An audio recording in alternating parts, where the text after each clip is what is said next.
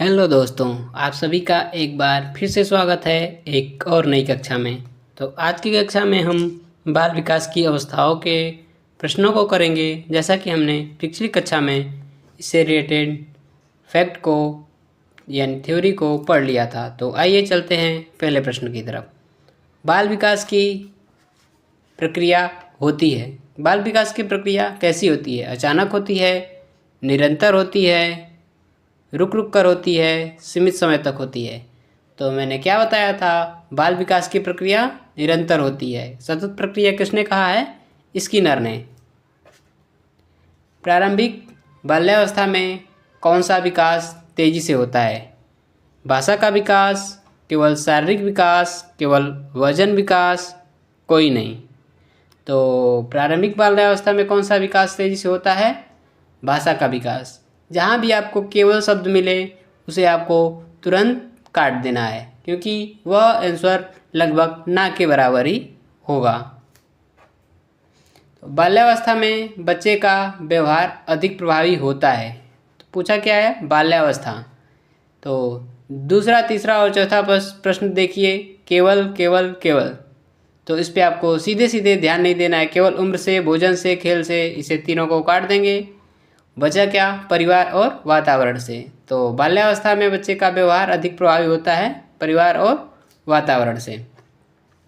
किशोरावस्था में भावनाएं कैसी होती हैं? स्थिर होती हैं, तीव्र होती हैं, समाप्त होती हैं, नहीं होती हैं। तो किशोरावस्था में भावनाएं कैसी होती हैं? तीव्र होती हैं। बाल विकास में व्यक्तिगत भिन्नता का अर्थ क्या है? व्यक्तिगत भिन्नता से आप क्या समझ सकते हैं? यानी बच्चों में भिन्नता होगी। तो सभी बच्चे एक समान होते हैं? जी नहीं, बच्चों के विकास की गति अलग अलग होती है। कोई विकास नहीं होता, सभी एक जैसा सीखते हैं? जी नहीं, व्यक्तिगत भिन्नता में यही होता है कि सबका विकास या सीखने की क्षमता अलग अलग होती है। तो इसका ऑप्शन बी सही होगा। बच्चों के विकास की गति अलग अलग होती है। शैशवावस्था में बच्चे की मुख्य आवश्यकता क्या होती है? सुरक्षा और स्नेह, नौकरी, परीक्षा, प्रतियोगिता।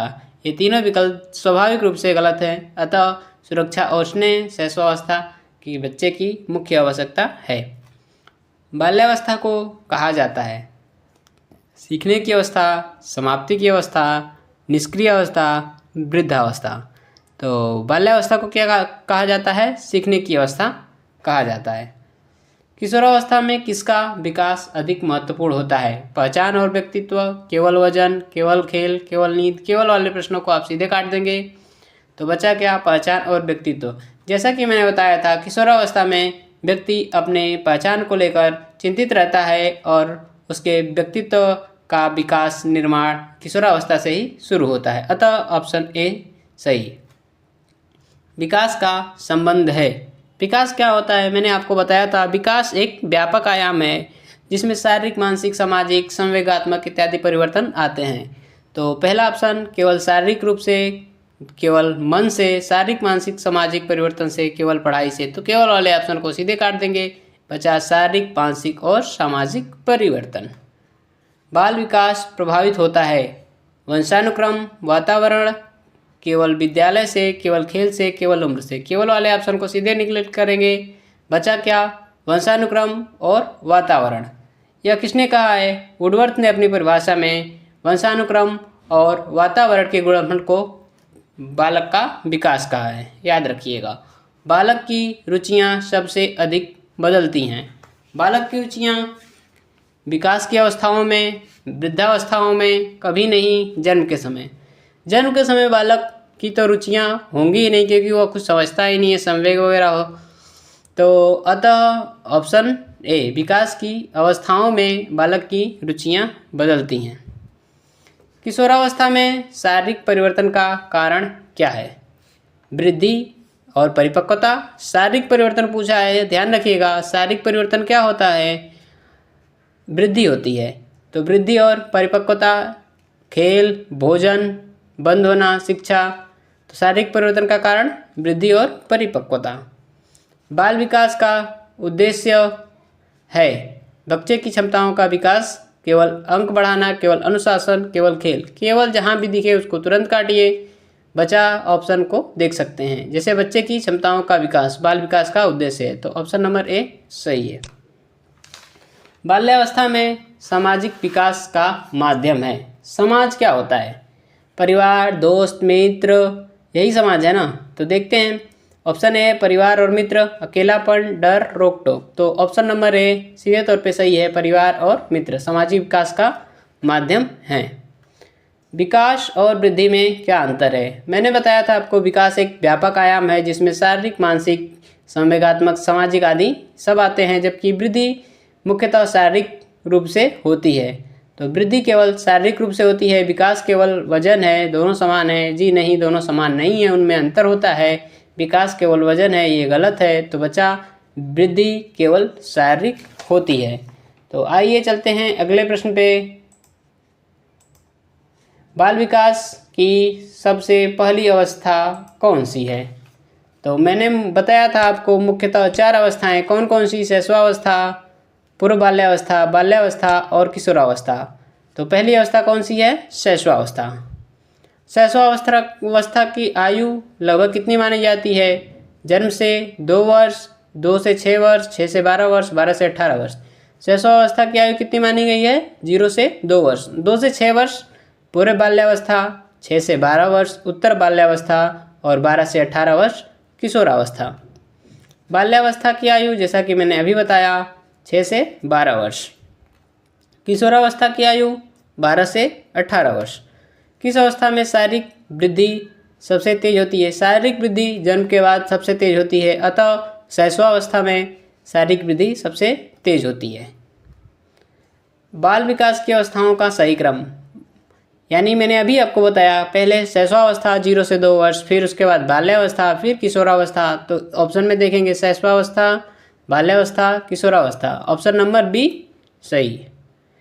विद्यालय शिक्षा का प्रमुख समय किस अवस्था में आता है? यानी किस अवस्था को विद्यालय शिक्षा की अवस्था कहा जाता है? मैंने आपको पिछली क्लास में बताया था कि विद्यालय शिक्षा कब प्रारंभ होगी? जब बच्चा 6 वर्ष का हो जाएगा। 6 से 12 वर्ष, तो 6 से 12 वर्ष कौन सी अवस्था है? बाल्यावस्था है। तो इसका ऑप्शन नंबर बी सही होगा, विद्यालय शिक्षा का प्रमुख समय बाल्यावस्था है।